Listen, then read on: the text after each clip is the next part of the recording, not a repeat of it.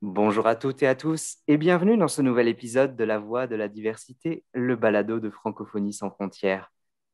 Hasard du calendrier, c'est peu avant d'enregistrer cette émission que je me suis arrêté devant une de ces charmantes boîtes aux livres que l'on peut trouver un peu partout dans les ruelles résidentielles de Montréal pour y trouver le Dictionnaire amoureux du Québec, rédigé par une figure singulière et populaire, comme l'indique la quatrième de couverture, et bien connue ici au Québec, puisqu'il s'agit de Denise Bombardier. Je m'arrête ici sur ces quelques mots d'introduction. Le Québec actuel n'est plus à l'abri des tourmentes planétaires. Il se vit mal car son identité est en redéfinition. La barrière de la langue, protectrice de l'envahissante mer anglo-saxonne et nord-américaine, résiste mal. Et peut-elle y résister aux assauts de la culture mondiale? Le Québec est un piège pour tous les francophones qui y débarquent en se croyant en pays de connaissance grâce à la langue française. Le choc anthropologique est d'autant plus brutal. Et ce n'est pas la langue avec son accent coloré, ses néologismes, banc de neige, poudrerie, ses anglicismes, prendre une marche, calque de l'expression anglaise take a walk, c'est-à-dire faire une promenade, qui crée la distance, mais bien l'appréhension du monde. L'espace, la dureté du climat, la jeunesse du continent et la proximité des États-Unis définissent les Québécois en les inscrivant profondément dans l'américanité. Si le Québec est peut-être un piège de connaissances pour ceux qui débarquent, croyez bien que c'est vraiment par l'envie de bien faire, de rendre beaucoup à ce pays qui nous offre énormément. Je suis Thibaut Temerman et je vous parle depuis Montréal. Et pour cette émission consacrée au Québec, à la belle province, j'ai le plaisir de recevoir Cécile Lazartique-Chartier depuis Montréal, Léonie Mandang depuis Québec et Mélissa Serrano depuis Paris. Un tour du monde donc entre francophones amoureux du Québec.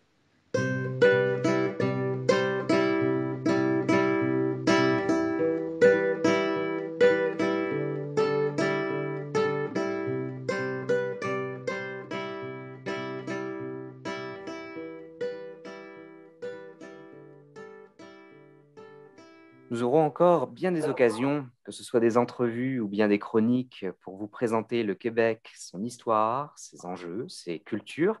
Mais pour cette émission, nous avons voulu tendre le micro à des personnes qui ont choisi de vivre au Québec, ou bien inversement, une personne québécoise qui a choisi de vivre ailleurs qu'au Québec, et essayer de comprendre le regard que l'on porte sur cet îlot francophone en Amérique du Nord.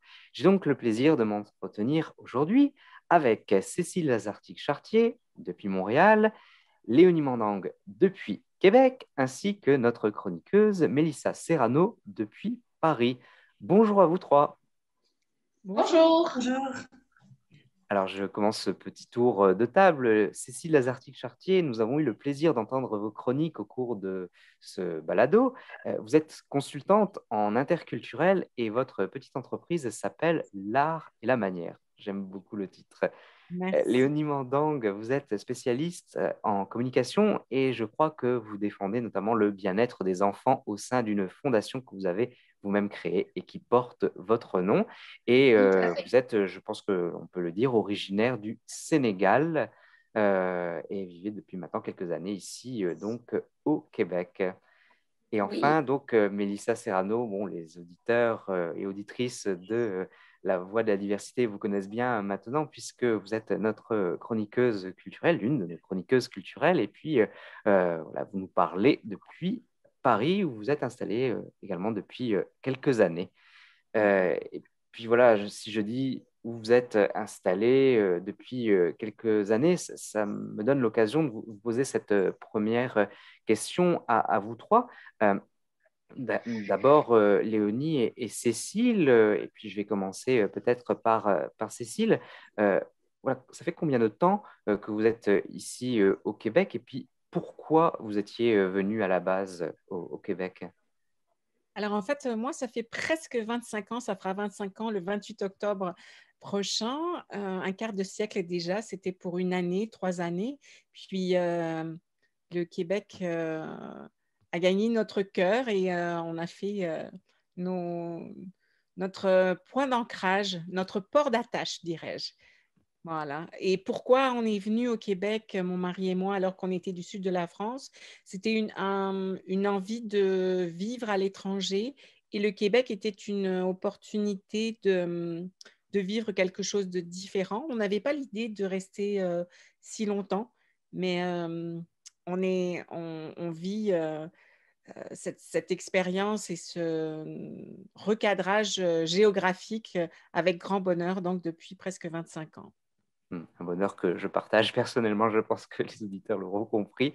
Je vous pose la même question, Léonie, parce que voilà, vous auriez pu choisir de vous installer en France ou bien en Belgique. Pourquoi avoir choisi le Canada? Pourquoi avoir choisi le Québec et le froid? En effet, ça aurait pu être exactement la France, mais malheureusement, c'est le Canada-Québec. Alors, moi, je suis arrivée ici il y a plus de 7 ans maintenant et j'avais juste envie de partir. Moi, j'avais envie de partir et j'ai choisi le Canada comme destination. Et comme je voulais aussi faire des études en administration internationale, un ami m'a parlé du Québec, de l'ENAP et tout ça. Donc, j'ai fait la procédure, tout s'est très bien passé et je suis arrivée comme ça au Québec, mais dites-vous bien que je ne faisais pas la distinction entre à Québec et au Québec. Donc, c'est à ma grande surprise que je me suis retrouvée à Québec. D'accord. Et j'ai appris à connaître toute cette histoire dans cette belle province qui m'a vraiment surprise par son français, on y reviendra, mais c'est quelque chose qui m'a beaucoup marqué. Donc, voilà comment j'ai atterri ici au Québec. Et inversement, alors, Mélissa, vous qui êtes québécoise, vous avez fait le choix de vous installer en France. Et pourquoi donc? Oui, je ne sais pas si c'est un choix très conscient et je ne sais pas d'ailleurs si je vais y rester toute ma vie, mais je suis venue dans un premier temps en France pour mes études universitaires, donc de 2006 à 2009, donc j'étais plus jeune à l'époque, parce que j'avais envie de voyager. J'aimais beaucoup, je pense aussi, le cinéma, le théâtre et Paris, c'était peut-être un peu la ville donc culturelle qui m'attirait à l'époque. Et je suis aussi espagnole. Mon père, lui, est un immigrant d'Espagne qui est arrivé avec sa famille à Montréal à la fin des années 60. Et je crois qu'il y avait aussi peut-être un peu un espèce d'attachement à l'Europe malgré tout, parce que j'ai grandi avec une famille québécoise et espagnole à Montréal. Et même si ce n'est pas l'Espagne, la France reste donc l'Europe. Et je pense qu'il y avait peut-être aussi une envie un peu de découvrir cet univers. Et ensuite, j'y suis revenue là, il y a 3 ans et demi, un peu par les hasards de la vie pour un travail, sans avoir vraiment prévu y revenir. Et je m'y plais bien pour l'instant, donc c'est ma ville aujourd'hui, malgré mon fort attachement et mon amour aussi pour le Québec. Voilà. Un amour que vous transmettez effectivement au sein de vos chroniques, notamment pour la culture également québécoise. Mais revenons-en peut-être à la question d'accueil, parce que c'est ce que l'on dit souvent quand on s'installe ici au Québec, c'est qu'on apprécie l'accueil, la générosité de la population québécoise. Est-ce que c'est effectivement quelque chose que vous avez ressenti, Léonie Mandang? Oui, en effet, c'est quelque chose que j'ai ressenti parce que quand je suis arrivée, moi, j'ai été accueillie par des amis québécois qui étaient déjà venus au Sénégal à l'hôtel de ma grande sœur, parce que ma grande sœur avait un hôtel au Sénégal et ils étaient venus là-bas. Donc, on a gardé le contact sur Facebook, on discutait et tout.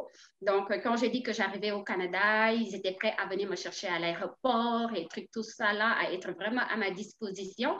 Et quand ils sont venus me chercher, vraiment, ils m'ont présenté à des amis. Et tout le monde nous a invités à souper.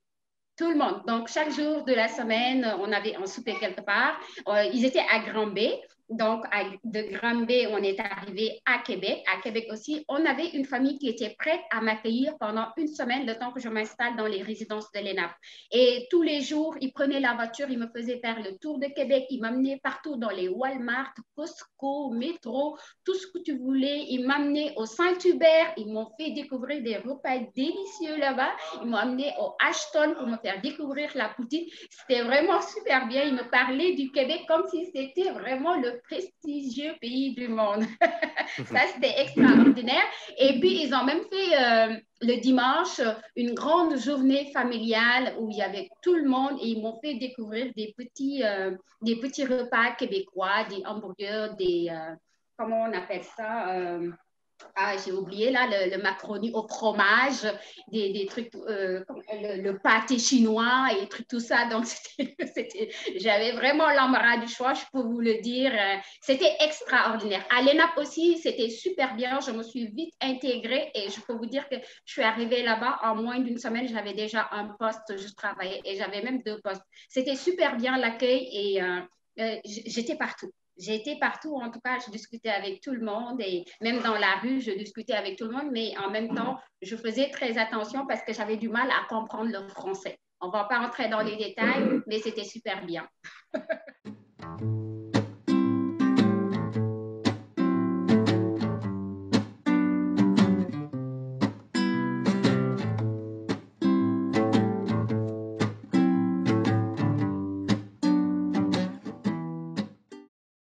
Après 25 ans au Québec, Cécile Lazartique-Chartier, est-ce que on se sent encore et toujours aussi bien accueilli au Québec? Je veux dire par là, est-ce que c'est encore quelque chose que l'on ressent ou bien finalement ça demeure de l'habitude?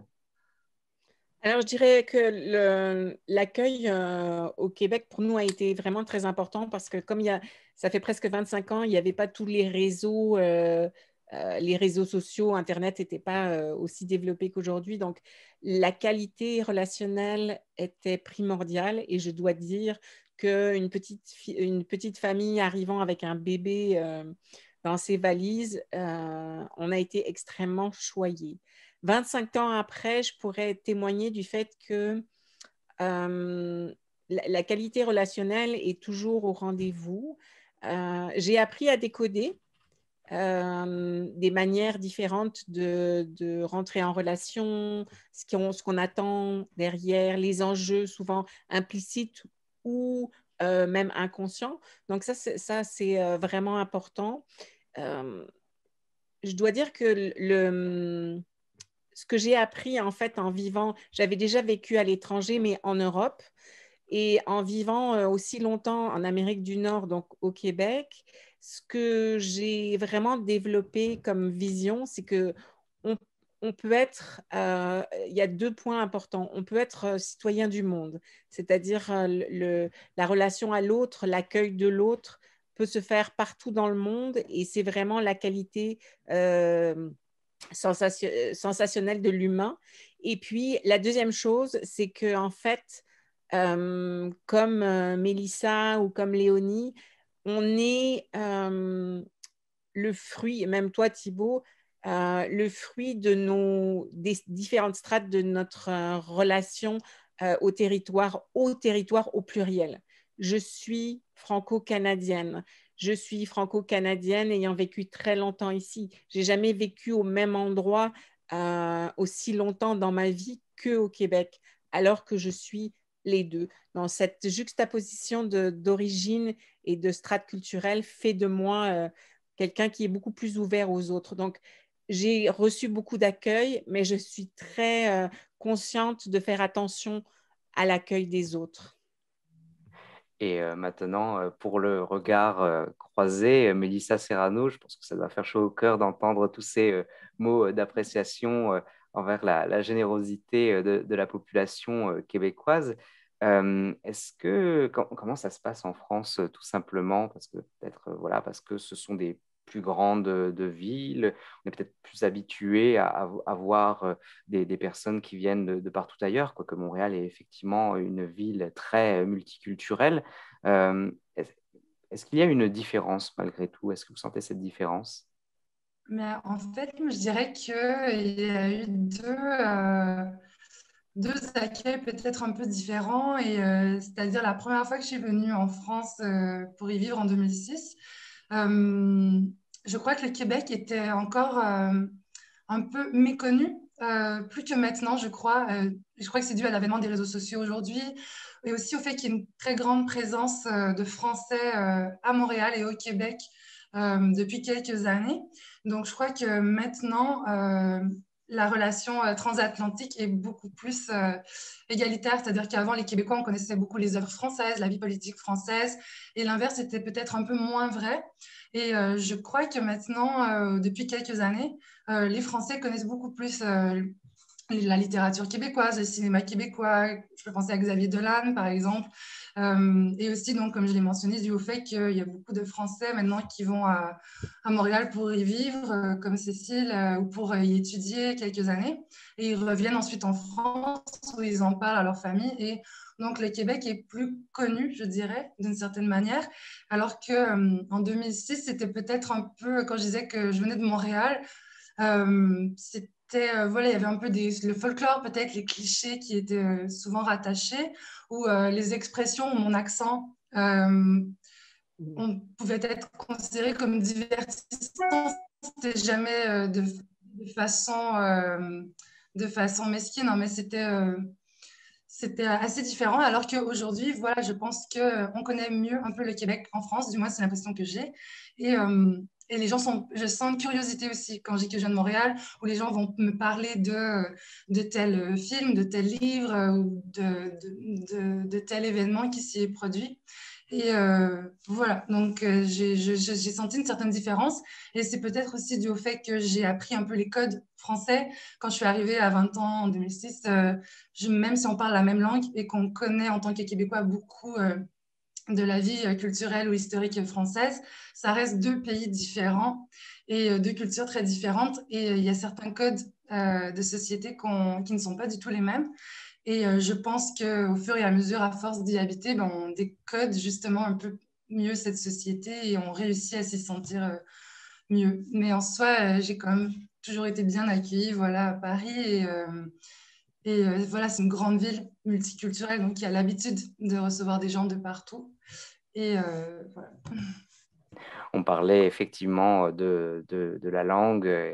Je pense qu'on ne peut pas parler d'une émission sur le Québec sans parler de la langue et puis ces expressions, bien les mots que l'on emploie plus particulièrement au Québec. Léonie, voilà, quand on a appris le français au Sénégal, effectivement, la différence peut-être est encore peut-être plus forte, non? Lorsque l'on arrive au Québec et que l'on découvre le français québécois. En effet, je confirme qu'il y a une très, très, très grande différence. Je ne me suis pas du tout reconnue dans le français québécois. J'apprends encore à le découvrir parce qu'il faut le dire, selon les localités, les expressions diffèrent. Hein. On peut ne pas le penser, mais c'est exactement ça. Partout où vous allez au Québec, les expressions diffèrent. Alors, c'est quelque chose qui m'a beaucoup frappée. En premier lieu, c'était d'abord l'accent des Québécois. Quand je les ai entendus parler, j'ai dit, ben, tiens, ils parlent le Québec comme les Diola et les Sérères, des ethnies du Sénégal ou des gens du sud du Sénégal. J'ai dit, ben, tiens, ils ont le même accent, carrément, hein, avec les ça, si et trucs, tout ça, c'était vraiment pareil. Aucune différence. Et ça m'a vraiment fait tiquer. Et puis après, la façon de faire le français, moi, je cherchais juste un bout de mot dans la phrase et j'essayais de comprendre le sujet dans lequel on pataugeait. Okay, pour embarquer dans la discussion et je faisais vraiment l'intelligente et j'arrivais quand même à embarquer dans la discussion. Une chance. Mais j'ai des amis qui m'ont dit, écoute, moi, je peux écouter des Québécois d'ici 100 ans, je ne pourrais jamais comprendre ce qu'ils disent. Mais ce qui est extraordinaire, c'est qu'on apprend autre chose. Et comme moi, je suis mariée à un Québécois, et il a tendance à me dire, c'est pas du français, c'est du joual. Mais en dehors de ça, quand vous allez voir d'autres Québécois et que vous leur dites que vous ne parlez pas le français international, attention là, ils vont rougir et ils vont vous dire « Mais non, on parle le français !» Donc, mais il faut dire que c'est un français typiquement québécois, ça il faut l'avouer. Il faut se le dire en toute franchise, c'est du français qui se parle juste au Québec. Et moi, ça me fait tout le temps rire avec mes collègues. Et là, je suis en train même de préparer des petites, comment dirais-je, des petites histoires humoristiques avec les expressions québécoises.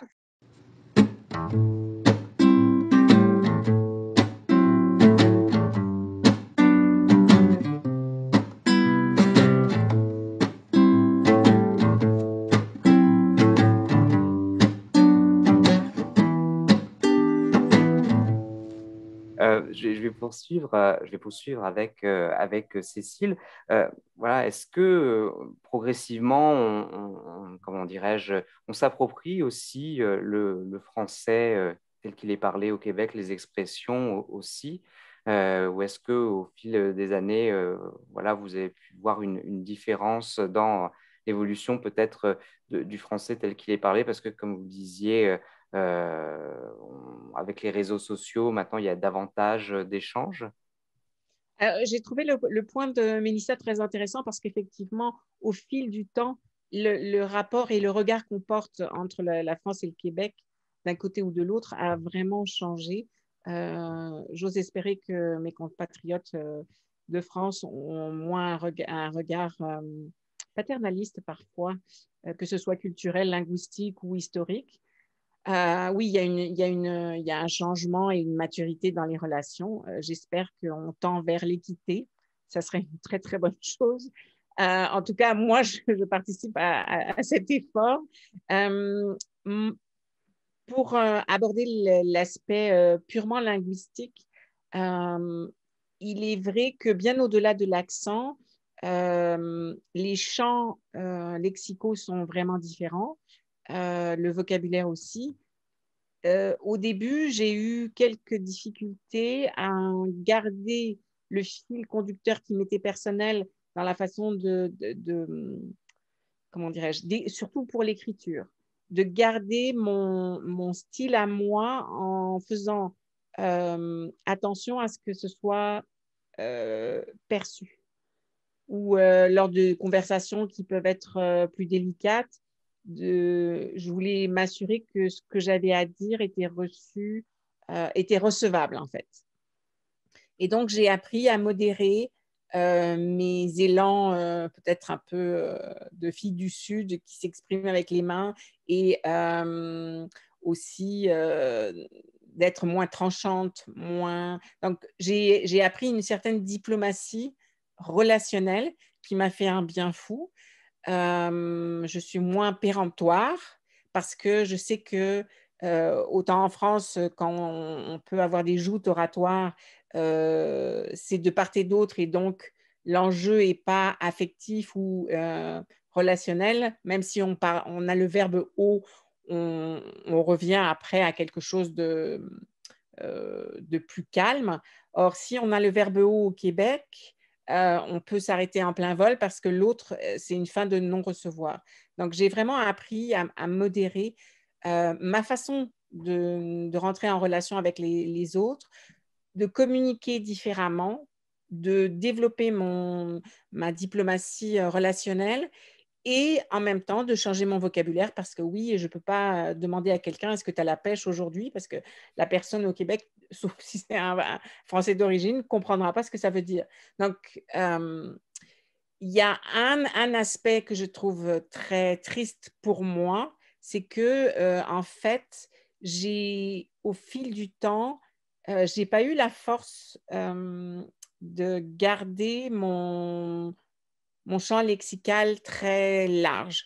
Et donc, en fait, est-ce que c'est l'effet de l'américanisation linguistique?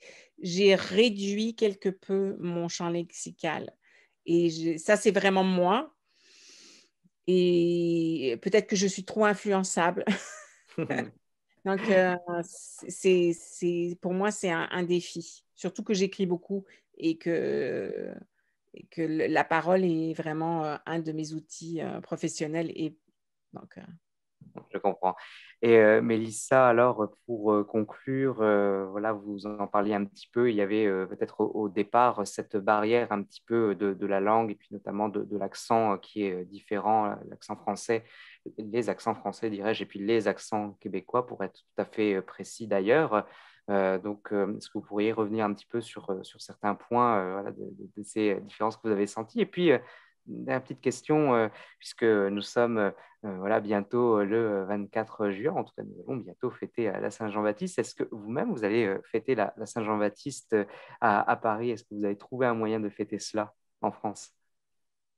Alors, je vais répondre avec la question de la Saint-Jean-Baptiste pour commencer. Je parlerai de l'accent ensuite. Donc, pour la Saint-Jean-Baptiste, ben, moi, je suis à Paris, hein, donc ailleurs en France, je ne sais pas, mais d'après moi, il y a peut-être des célébrations.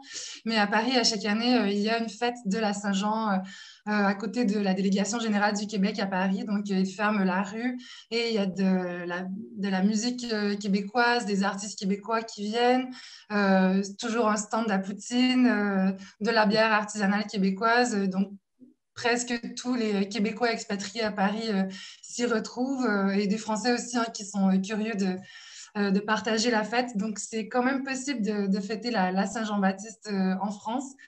Et moi, j'y ai participé une ou deux années et je trouve ça toujours joyeux on a presque l'impression d'être au Québec pendant quelques heures en plein milieu de Paris, mais c'est toujours très agréable. Donc, cette année, je ne sais pas avec les conditions sanitaires et tout et le Covid, mais je crois que peut-être il sera possible de célébrer avec mes compatriotes québécois en France. Et pour la fameuse question de l'accent, c'est assez intéressant parce que même moi, des fois, j'ai de la difficulté à expliquer aux gens. Comme ça fait quelques années que je suis ici, j'ai une certaine forme, je suppose, de mimétisme ou de, de, de désir même inconscient de vouloir être, comme avait dit Cécile, je crois, recevable ou comprise. Et donc, on modifie notre vocabulaire, on modifie notre accent aussi. Parce que voilà, au quotidien, on est entouré de gens qui ont cet accent et qui ont ce vocabulaire. Et donc, je crois qu'au fil du temps, mon accent s'est transformé peu à peu. Et effectivement, les mots que j'utilise quand je parle avec des Français ne sont pas les mêmes que lorsque je parle avec des Québécois. Euh, mais des fois, on me demande, parce que j'ai des amis, disons, en France, qui vont me dire, mais tu n'as presque pas d'accent québécois, est-ce que tu te forces? Et c'est drôle parce que je me dis toujours, non, justement, le contraire serait de me forcer, c'est-à-dire d'essayer de garder à tout prix mon accent québécois. Euh, Quand je parle avec des Français, ça, ce serait cela me forcer. Et à l'inverse, lorsque je rentre au Québec, je reprends mon accent québécois et mon vocabulaire québécois, entre guillemets. Et ça aussi, c'est tout à fait naturel. Et donc, je me dis, c'est un peu comme si c'est la même langue, mais c'est un peu pour moi comme si c'était peut-être deux langues. C'est-à-dire que si je parle à ma mère ou avec mes amis à Montréal au téléphone, bah, je vais naturellement utiliser certains mots, certaines expressions que je sais que je ne pourrais pas utiliser lorsque je parle avec mes amis français qui ne comprendraient pas. Donc, c'est assez intéressant et j'ai un peu l'impression voilà, de naviguer dans entre ces deux univers linguistiques qui sont pourtant à la base un peu le même. Mais, et par exemple, pour terminer là-dessus, si on va voir des films québécois à Paris, ce que j'ai fait l'année dernière, bah, souvent les films vont être sous-titrés. Donc moi, je trouve ça rigolo parce que moi, je comprends les films, mais mes amis français à côté de moi vont bien sûr comprendre certaines phrases, mais effectivement, les expressions sont tellement différentes et les accents aussi qu'il y a parfois des éléments qui ne seront pas compris. Et voilà. On se rappellera néanmoins que si la langue est un vêtement, l'accent en est sa couleur, et donc soyons tous fiers des couleurs que nous portons. Merci à vous trois pour vos témoignages donc, et ce regard croisé sur le Québec. C'était très agréable d'échanger avec vous. Et c'est ainsi que se conclut cet épisode de La Voix de la Diversité. Merci à vous qui nous écoutez aux quatre coins de la francophonie, à l'animation Thibaut Temerman. Merci à nos invités, Léonie Mandang depuis Québec, Cécile Lazartique-Chartier depuis Montréal, ainsi que Mélissa Serrano depuis Paris. Musique originale, Florent Cheminal, réalisation Sophie Amel Dufour, une production Radio Francophonie sans frontières FSF 2021. Pour nous rejoindre, voici notre adresse courriel radio.franco-sans-frontières, frontières au pluriel, @gmail.com. Nous vous disons à la prochaine. Portez-vous bien. Merci beaucoup. Merci. Merci Thibaut et au revoir tout le monde. Merci à vous trois À bientôt. et bonne journée. Bonne journée.